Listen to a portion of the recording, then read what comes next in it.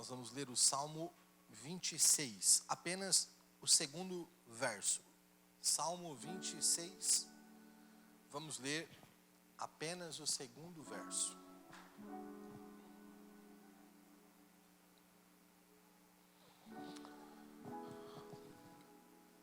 Antes de eu ler, irmãos,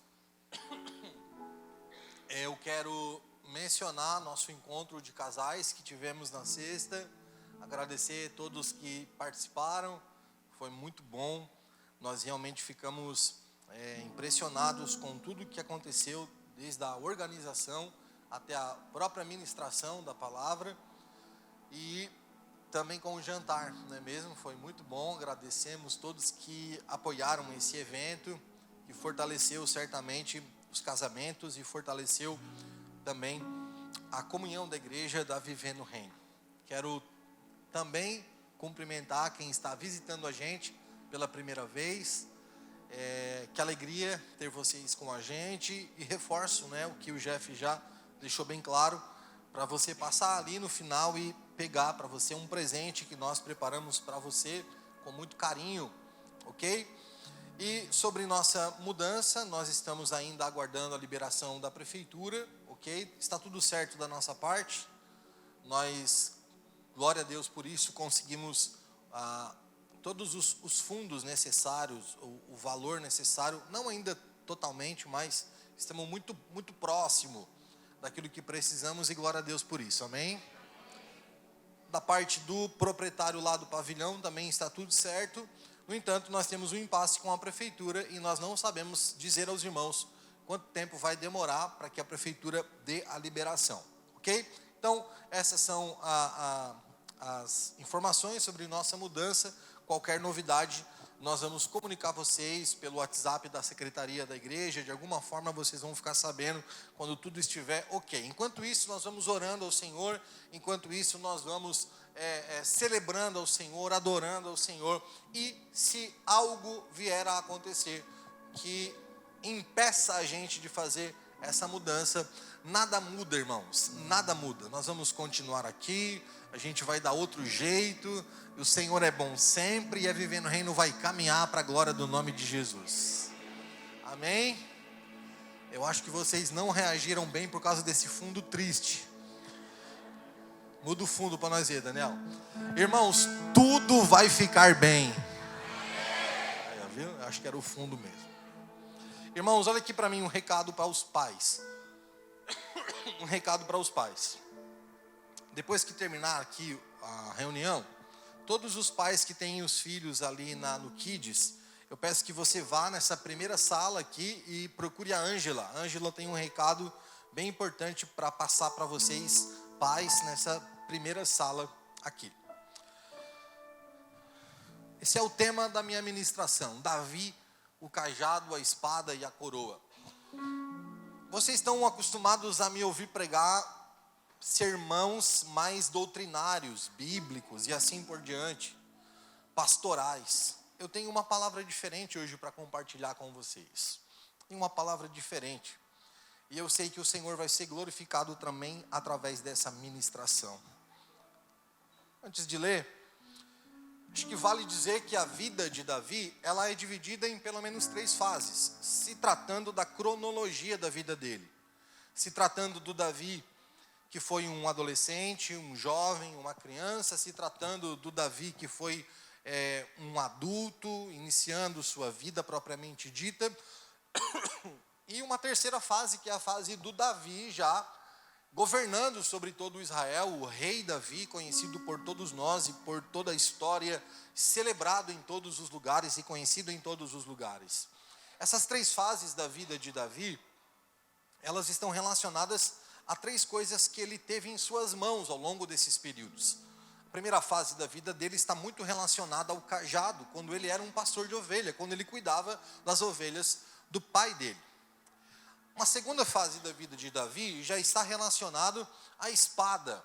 E ele tem nas suas mãos, então, esse objeto que vai marcar essa segunda fase da vida dele. E, por fim, algo que também marca a vida dele é esse terceiro objeto, que é a coroa, quando ele já é o rei de Israel. Eu quero examinar com vocês a história de Davi, nessa noite e extrair lições para nós sobre fases que Davi passou e que nós também passamos.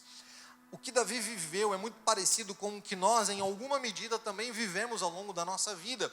E por mais que você nunca tenha pego na sua mão um cajado, por mais que você nunca tenha segurado uma espada, e por mais que você nunca vá usar uma coroa, eu tenho certeza que o significado dessas coisas para Davi se relacionará com as fases da sua vida na presença de Deus. Para isso eu preciso só dar a atenção de vocês por uns 30 minutinhos. 30 minutos eu quero concluir e passar para vocês o que o Senhor colocou no meu coração. Amém? Vamos ler juntos? Salmo 26, o segundo verso diz assim: examina-me, Senhor, e prova-me, sonda o meu coração e os meus pensamentos. Olhe para cá, aqui está Davi, fazendo o que para mim é a oração mais ousada da Bíblia. Para mim é a oração mais perigosa da Bíblia. Porque é alguém que está dizendo assim: Deus, eu me coloco à inteira disposição e eu sou voluntário para que tu examine o meu coração. Algumas traduções trazem a palavra esquadrinhar, que tu esquadrinhe o meu coração. E então, depois de examinar tudo que tem dentro do meu coração, eu quero que o Senhor me coloque à prova. Eu quero que o Senhor me teste. Irmãos, isso aqui é oração de doido. Isso aqui não é oração que a gente faz sem pensar muito antes. Porque quando a gente faz uma oração dessa, dizendo: Deus, eu sou voluntário para que tu me teste da forma como tu quiser me testar, essa é sem dúvida uma oração ousada e, portanto, eu garanto para vocês, é a oração mais ousada e perigosa de toda a Bíblia. A gente não sabe com que idade Davi fez essa oração, a gente não sabe exatamente em qual fase da vida de Davi, se era um adolescente, um adulto, ou já o rei Davi, a gente não sabe em qual momento da vida dele ele fez essa oração, mas é fato que ao longo de toda a sua vida, Davi, ele foi testado por Deus, e o teste que Deus fez com Davi, o teste que Deus faz com nós, quando Deus envia uma prova, quando Deus, ele nos testa na nossa vida, no nosso dia a dia, só tem um objetivo, que é extrair de nós os princípios que nos governam. É na prova, é no teste, é na angústia, é na aflição, é quando nós estamos sendo esmagados pela vida. Escute isso, eu vou repetir. Quando nós estamos sendo esmagados pela vida, são nos dias em que estamos sendo testados, nesses dias que Deus extrai de nós, exala de nós os princípios que nos governam. Quando está tudo bem, você é uma pessoa. E quando tudo está mal, quando tudo está indo bem, você é uma pessoa. Quando tudo estiver indo de mal a pior, do ponto de vista humano, quem é você?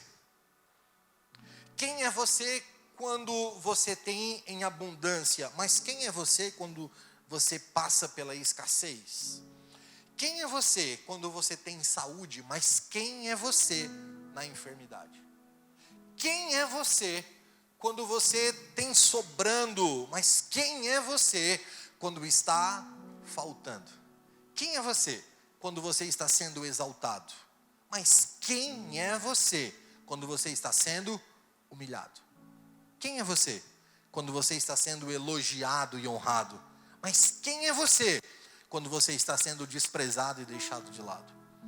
Deus usa esses momentos da vida para extrair de nós, para exalar de nós os princípios que realmente nos governam, porque são nesses momentos de testes em que nós vamos então exalar os princípios que governam a nossa vida.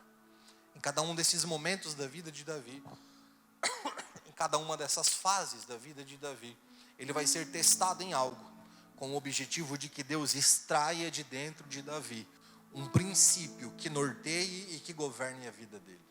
Quando Davi, ele era apenas um jovem, especificamente tratando da primeira fase, que é a fase do cajado, Deus está testando o anonimato. Deus está testando o Davi anônimo. Deus está testando o Davi que ninguém sabe o nome. Na fase do anonimato, quando ele tem apenas um cajado na mão e que ele está lá cuidando de ovelha, o nome dele não é celebrado e cantado. Como um pouco mais tarde na história de Israel, e quem conhece e gosta da história de Israel, leu isso no livro de Samuel, no segundo livro de Samuel, que no primeiro livro de Samuel, melhor dizendo, que as mulheres de Israel, elas saíam pelas ruas com instrumentos musicais, com pandeiros nas mãos, e as mulheres diziam assim, ó: Davi vence 10 milhares, e o nosso rei vence apenas milhares. O nome de Davi era celebrado, o nome de Davi era honrado, o nome de Davi era enaltecido, mas não é desse momento da vida de Davi que eu estou falando agora. Eu estou falando do Davi do cajado, que é quando ninguém sabe o nome dele, que é quando ele não tem fama, ele não tem reconhecimento, ele apenas tem os sonhos. Eu estou me referindo a essa fase da sua vida, em que você é apenas um anônimo, você é apenas uma anônima. Você tem já sonhos, você tem já esperanças, você tem planos, você tem projetos grandiosos e audaciosos, só que você não tem um apoio, você não tem alguém que diga assim, ó, vai que eu financio. Você tem o sonho e você tem o projeto, mas você não tem ninguém que diga, eu te apoio, pode contar comigo. Você tem o sonho, você tem o projeto, mas você não tem as ferramentas necessárias para conquistar isso que você parece que tem tão claro para você. Quando você pensa nos seus sonhos, nos seus projetos, parece tudo tão claro e definido dentro da sua cabeça, só que falta o apoio, faltam os recursos, faltam as ferramentas, porque você é apenas um anônimo, você é apenas uma anônima. Nessa fase da vida de Davi, em que ele é apenas um anônimo, Deus está testando o Davi, que não tem nome, o Davi que tem só um sonho na vida, mas é o Davi que vai ser fiel no pouco, para depois ser colocado sobre o muito. No teste do anonimato, Deus extrai fidelidade, porque fidelidade não se revela na abundância, fidelidade se revela na escassez. Vocês estão aqui? Fidelidade não se revela na abundância, fidelidade se revela na escassez. Sabe o que Davi fazia com o cajado na mão? Ele liderava ovelhas, imaginando que ele já era o líder de todo o Israel. Israel nessa época é uma multidão incontável. Quando eles saem do Egito, o povo de Israel é aproximadamente 3 milhões de pessoas. A história de Davi, ela acontece pelo menos 600 anos depois da saída do Egito. Se depois da saída do Egito, Israel já era aproximadamente 3 milhões de pessoas, 600 anos depois, imagina quantos milhões e milhares eram de israelitas. Davi cuidava de poucas ovelhas, com a mesma fidelidade com que ele lideraria os milhares e milhares de Israel depois. Porque é na fase do anonimato que Deus vai extrair de mim a fidelidade, se ela existe ou se ela não existe. É na fase do anonimato, irmãos, que Deus vai nos dar a oportunidade de viver Lucas capítulo 16 e versículo 10. Lucas capítulo 16, versículo 10, é uma palavra do próprio Jesus, em que ele diz que quem é fiel no pouco, também será fiel no muito, mas, porém, todavia, quem não for fiel no pouco, Jesus disse, também não será fiel no muito. Então há um choque de realidades aqui, porque há uma realidade de alguém que diz: não, eu estou vivendo um momento de fragilidade, de escassez, eu estou vivendo um momento de anonimato, e essa fase específica da minha vida me impede de expressar a minha fidelidade. Só que quando Deus me exaltar, só que quando a fase do anonimato passar, quando eu alcançar os meus sonhos, quando eu alcançar os meus objetivos, quando eu crescer lá naquela empresa, quando eu crescer, quando eu casar, quando eu alcançar o que eu almejo ministerialmente, aí então, quando eu chegar lá, eu expressarei a minha fidelidade. Então nós temos aqui um choque. Nós temos alguém errado nessa história. Me desculpe, tem alguém errado aqui. Ou você ou Jesus. Alguém está errado. Porque Jesus está dizendo assim, ó: quem não for fiel no pouco, também não vai ser fiel no muito. Só que você está dizendo assim, ó: não, eu agora não estou sendo fiel, mas quando eu chegar lá, daí eu vou ser fiel. Só que Jesus disse que quem não é fiel no pouco, também não vai ser fiel no muito. Então tem alguém errado. Se de repente você ousar dizer: não, eu estou certo e Jesus errado, eu quero que você me dê um abraço depois do culto e que você passe para mim essa essência desse ser superior que você é. A boa notícia é que Deus, Ele te dá a partir de hoje a oportunidade de você começar a expressar a sua fidelidade no pouco, cuidando de poucas ovelhas. O Senhor te trouxe aqui nessa noite para falar contigo especificamente sobre isso e sobre esse momento da sua vida. Deus te trouxe aqui para você ouvir isto: que se você for fiel na fase do cajado, com pouquinhas ovelhas, Deus cuidará de você na próxima fase e te honrará de uma forma poderosa e extraordinária. Seja fiel na fase do cajado. Seja fiel. Ele é o anônimo. Ele é o anônimo. Ele é tão anônimo, olha aqui para mim, ele é tão anônimo, que nem o pai dele não faz questão de mencionar o nome dele. Vocês são bons de Bíblia, vocês lembram de Samuel indo lá na casa de Jessé. A Bíblia diz que na mesa estavam todos os irmãos de Davi, mencionados pelo nome: Aminadab, Samar, Eliabe. Eles são nominalmente citados. E o pai de Davi, nem convidar o Davi não convida. O nome dele não é mencionado. O cara é tão anônimo, que nem o pai dele não fala o nome dele. Você está nessa fase da vida. Você é tão anônimo, você é tão desconhecido, você é apenas um sonhador, você é apenas uma sonhadora. Mas seja fiel enquanto você é apenas um sonhador, uma sonhadora, porque Deus vai honrar você lá na frente. Seja fiel na fase do anonimato. Expresse fidelidade. Deus estava extraindo do Davi do cajado, Deus estava extraindo fidelidade. Só que agora vem uma segunda fase. E agora o objeto que Davi vai ter nas mãos não vai mais ser o cajado. Davi agora, aproximadamente com seus 17 anos de idade, Davi vai ser convidado para ser músico oficial do rei Saul. Escute, olha aqui para mim, para você aprender um pouco de história bíblica. A Bíblia diz que o Espírito Santo saiu de Saul e entrou um espírito maligno na vida de Saul. A Bíblia diz que a música acalmava Saul.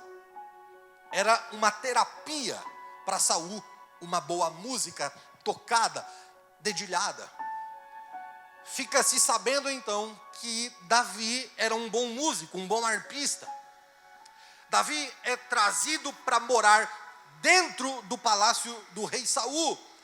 Quando Saul tinha as suas crises, nome bonitinho para dizer que ele ficava endemoniado. Quando ele tinha suas crises ou ficava endemoniado, quem que chamavam? Davi vinha, dedilhava, e então o espírito saía de Saul. Logo dias depois, Saul começa a ter confiança em Davi.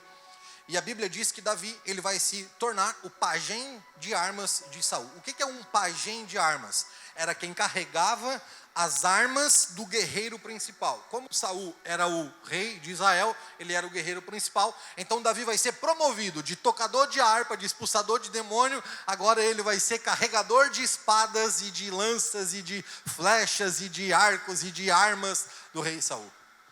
Só que lá estava Davi, apenas carregando as armas do rei, e de repente ele se arriscou e deu uma espadada num.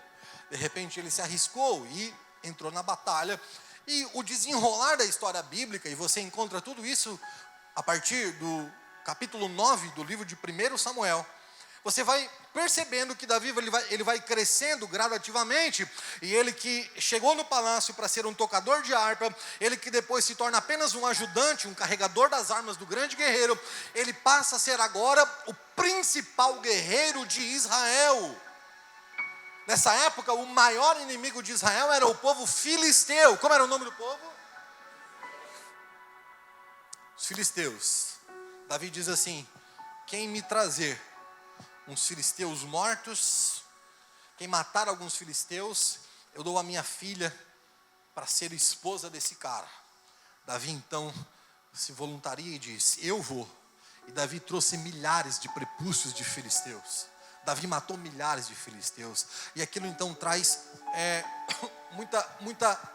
muito conhecimento. Agora Davi, o nome dele vai ser celebrado. É nesse momento, como eu disse um pouco agora atrás, que as mulheres vão começar a cantar e dizer: Saul, que é o nosso rei, vence milhares, mas Davi vence 10 milhares. É a fase da espada. Agora ele não tem mais um cajado na mão. Agora Davi tem uma espada na mão. E nessa fase de Davi, Deus vai testar a ansiedade de Davi. Se na fase anterior Deus tinha testado o anonimato, agora Deus estava testando a ansiedade de Davi. Deixa eu te explicar, olha aqui para mim. Davi agora vai estar entre o já e o ainda não. Samuel já tinha ungido ele rei de Israel. Samuel, ou Deus, já tinha prometido: tu vais ser o rei, o trono vai ser teu, quem vai comandar aquele palácio vai ser tu. Deus já havia decretado e declarado: Davi, tu é quem vai reinar. Só que Davi estava morando no palácio, mas ele ainda não era o rei. Davi via o trono todos os dias, mas ele ainda não podia sentar no trono. Davi via a coroa todo santo dia, mas Davi não podia nem triscar na coroa. Nessa fase da espada, Deus estava testando a ansiedade de Davi, porque Davi está entre o já e o ainda não. Quantos de vocês que estão aqui me ouvindo e estão exatamente nesse momento da vida, você está entre o já, mas ainda não? Essa sensação que você tem de que você está tão perto, essa sensação que você tem que a sua vitória está na espreita, essa sensação que você tem que as coisas vão mudar assim, está para chegar. Você está nesse momento da vida. Você está como o Davi da espada na mão, que ele olha para a espada e olha para o palácio, ele olha para a espada e olha para o trono, ele olha para a espada e olha para a coroa. Ele está tão perto, ele está tão próximo, mas ele está entre o já, mas ainda não. Tem pessoas que estão me entendendo porque estão se identificando. Deus está testando a sua ansiedade. Sabe por quê? Porque nesses momentos da vida, Deus dá até algumas oportunidades para a gente botar o nosso dedinho para acelerar. Só que Deus não quer que você bote o seu dedinho, porque se você colocar o seu dedinho, alguém vai dizer lá na frente: ele colocou o dedinho. E Deus não quer que você bote o seu dedinho, porque Deus quer que chegue lá na frente, as pessoas digam: não foi o dedinho dele, não foi o dedinho dela, foi a mão de Deus. Davi Davi teve várias oportunidades. Olha aqui para mim. Abaixo de Davi, tinha uma outra pessoa com muita moral no exército de Israel. Muita moral. O nome desse cara era Jonatas. Jonatas, pasmem, era filho de Saul. Jonatas era filho de Saul. Pega bem aí, acompanha o raciocínio. Jonatas é filho de Saul. Jonatas, depois de Davi, é o que mais tem moral entre os soldados, entre o povo. Quem mais tem respeito depois de Davi é Jonatas. Adivinha quem era o melhor amigo de Davi? Jonatas mencionou isso para o Davi. Meu amigo, eu sei que tu é o escolhido de Deus e não é o meu pai o escolhido de Deus. Quando Jonatas abre a boquinha dele para dizer assim, ó, eu reconheço que não é o meu pai o grande líder de Israel, eu reconheço que tu é o grande líder de Israel. Davi estava com o prato e a bandeja na mão. Para quê? Para usar a influência de Jonatas. Acompanhe o raciocínio. Davi poderia usar a influência de Jonatas para entrar na mente dos demais soldados e apoiar Davi como líder de Israel. Sabe o que Davi faz? Davi fica bem quietinho e fala para Jonatas: o teu pai ainda é o rei e eu não vou fazer nada enquanto ele estiver vivo. Deixa as coisas acontecer. Uns 3 ou 4 anos se passam. Davi se torna um fugitivo, porque Saul fica com uma inveja mortal de Davi. E a história bíblica diz que Saul começa a perseguir Davi. A história bíblica diz que Saul começou a ir atrás de Davi onde Davi estivesse. Numa dessas idas de Saul atrás de Davi, a Bíblia diz que Saul entrou numa caverna para cobrir os pés. Outras traduções dizem aliviar o ventre, e no linguajar bem brasileiro fazer número 2. Saul entrou para fazer número 2 na caverna. Só que Saul era indigno para um rei fazer isso perto dos soldados. O que Saul fez? Falou para os seus soldados, a guarda mais próxima dele: vocês fiquem do lado de fora da caverna. Eu vou entrar sozinho, porque eu tenho uma coisa para fazer que só eu posso fazer por mim. E vocês ficam tudo aí. Adivinha quem é que estava lá dentro da caverna? Davi. A Bíblia diz, irmãos, que Davi, tendo a oportunidade de matar Saul e ele se tornar o rei de Israel, a Bíblia diz que Davi passa por trás de Saul, pelo escuro da caverna, vai até no final, na entrada da caverna, e grita: meu pai, se eu quisesse, eu podia ter te matado, porque tu estava na minha frente desarmado. Sabe por quê? Ele não fez isso porque ele estava sendo aprovado no teste da ansiedade. Davi não fez nada disso. Davi não usou a influência com Jonatas. Davi não usou a própria oportunidade de matar Saul, porque Davi não queria se precipitar, porque ele estava na fase da espada, e na fase da espada Deus está testando a nossa ansiedade. Você chegou aqui nessa noite cheio de ansiedade, querendo até mesmo ajudar Deus de alguma forma, só que a palavra para você é: Deus não quer a sua ajuda para nada. Não faça nada do teu jeito, não bote o teu dedinho em nada, espere Deus agir e trabalhar a seu favor. Um dos salmos de Davi que eu mais gosto é o Salmo 52.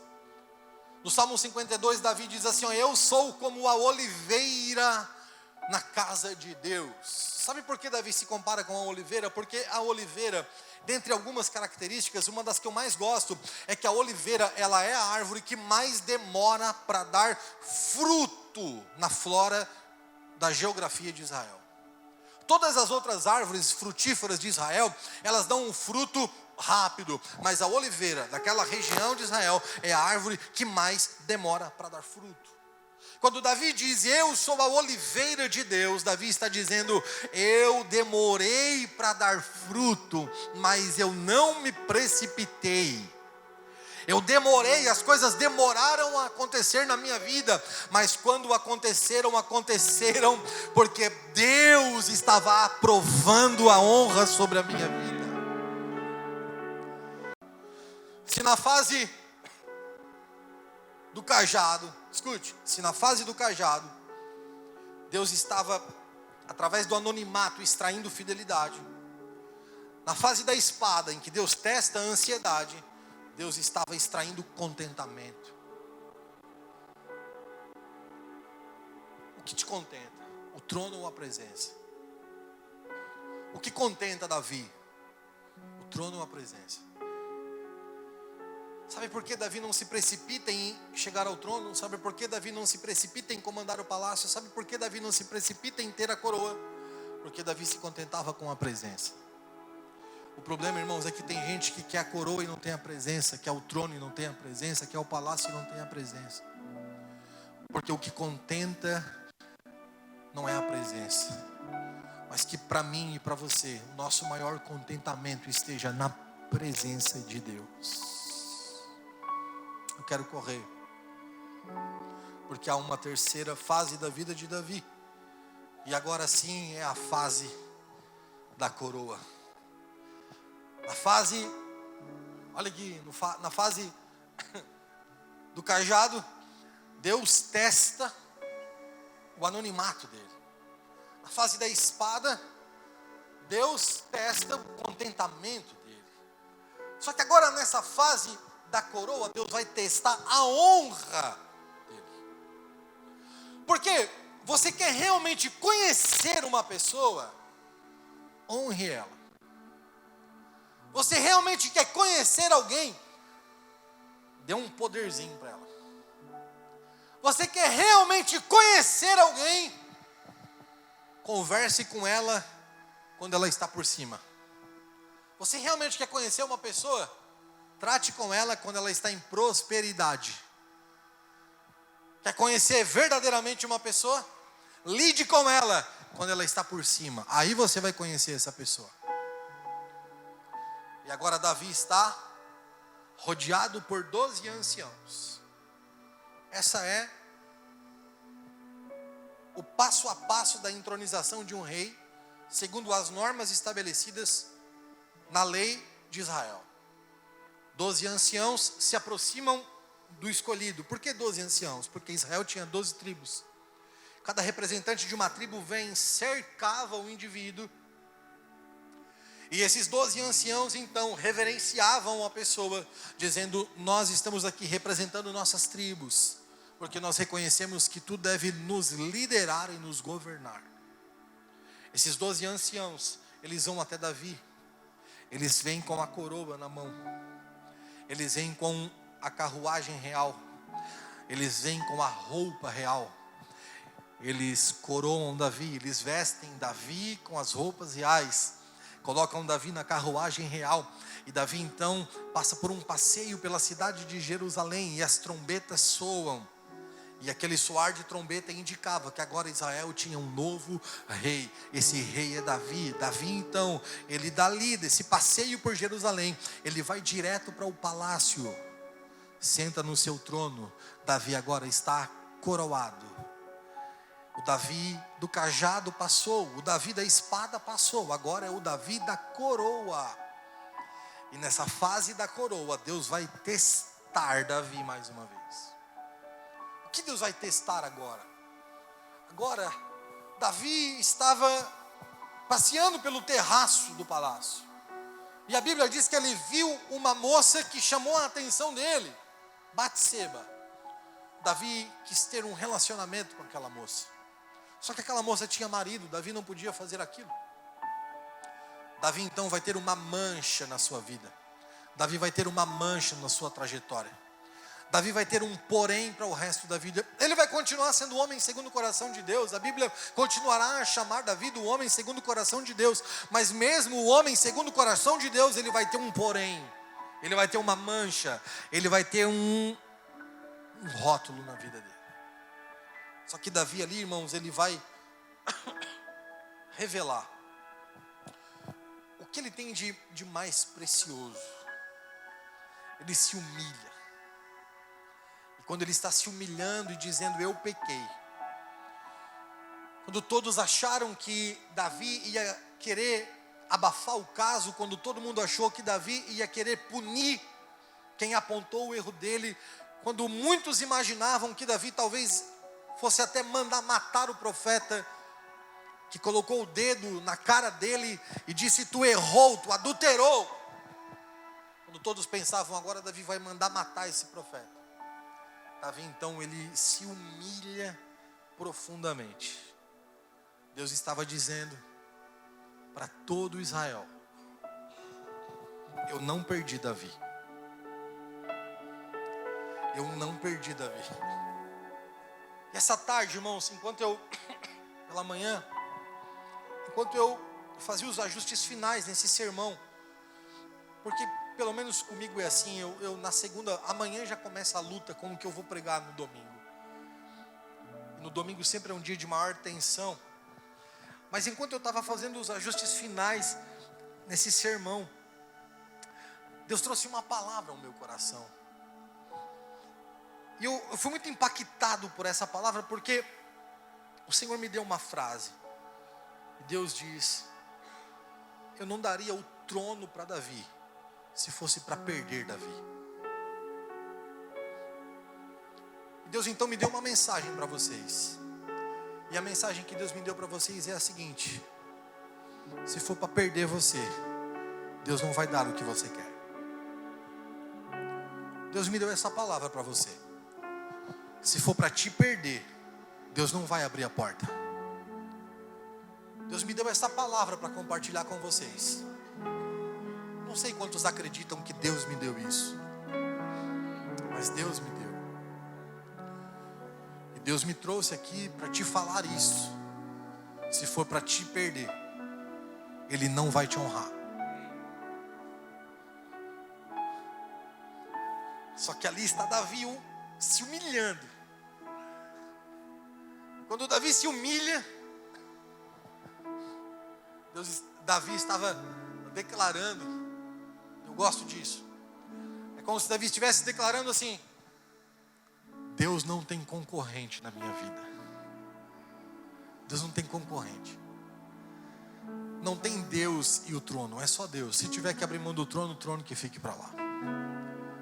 Davi estava dizendo: Deus não tem concorrente na minha vida. A coroa, eu quero é Deus. Quando Davi está ali prostrado, dizendo: eu errei, eu pequei, me perdoa, é Deus dizendo: eu não perdi Davi, mas também é Davi dizendo: Deus não tem concorrência na minha vida. Quantas coisas estão concorrendo com Deus na sua vida, meu irmão? Quantas coisas estão concorrendo com Deus na sua vida, minha irmã? Quantas coisas têm estado entre você e Deus? E coisas que te impedem até mesmo de se humilhar na presença de Deus, porque nessa fase da coroa, Deus estava extraindo esse princípio da humildade. Porque tem que ter muita humildade para ser o rei Davi e fazer o que ele fez. Veja, quem está declarando a toda a nação que errou e que pecou, não é o Davi do cajado que ninguém conhece. Quem está agora declarando publicamente: eu errei, eu pequei, eu não deveria ter feito o que eu fiz, é o rei de Israel. Nessa fase da coroa, Deus estava extraindo de Davi o princípio da humildade. Porque Deus não quer que quando você chegue lá, você perca a humildade. Deus não quer que quando você chegue na fase da coroa, você deixe de ser quem você era na fase do cajado. quantos que nós conhecemos que na fase do cajado era uma coisa e na fase da coroa se torna completamente diferente? Será que eu estou falando alguma coisa de outro planeta? Muitas pessoas que a gente conhece, irmãos, que quando não tinha um tapete para dar um ataque, era uma coisa, cresceu só um pouquinho. Quantos nós conhecemos em todas as áreas, em todos os setores da vida, pessoas que crescem um pouquinho só e já andam com o nariz em pé e não aceitam ser confrontados, não admitem que erram, porque estão na fase da coroa. Mas Deus estava testando Davi. Davi não tem concorrência. Davi está dizendo: eu me humilho, porque se eu tiver que abrir mão da coroa, eu abro. Eu quero ficar com Deus e com a sua presença. Fique de pé nessa noite.